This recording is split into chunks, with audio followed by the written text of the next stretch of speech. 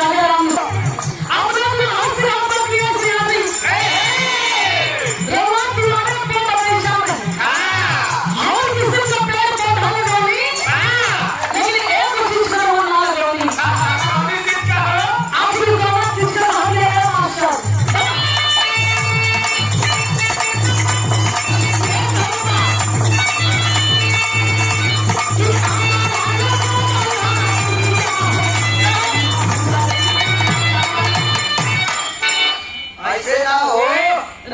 कैसे असल में ही गोर ना हो दिल का चोर हो करिया ना ऊपर करिया ना भीतर का करिया हुआ तू कैसे जाना था अरे आप तो हम दिल के बात कही है तो हम चेहरा साथ में बात समझा थे तो चलो मात्र की सच्चाई है कि चला रहे तुम्हारे काम लोग कहते कि हमसे जावे तुम्हारे काम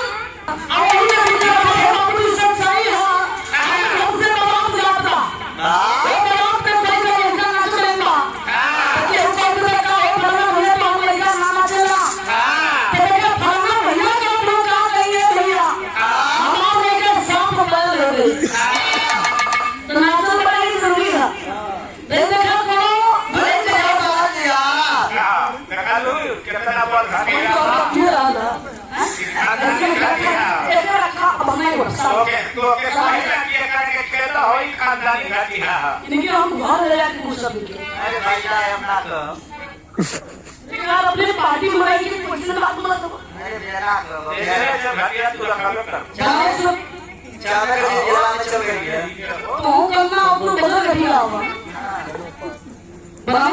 खाना बा चलो भाई तो भर्ती करा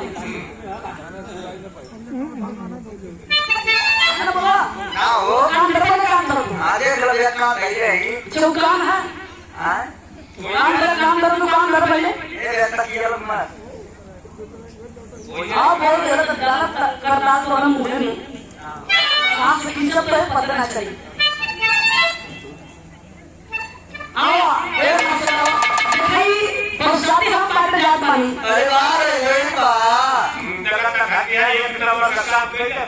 एक नंबर का बात करना माला आज के मेरे नाम है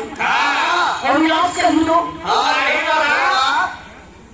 बगल वाला चलो बढ़िया भैया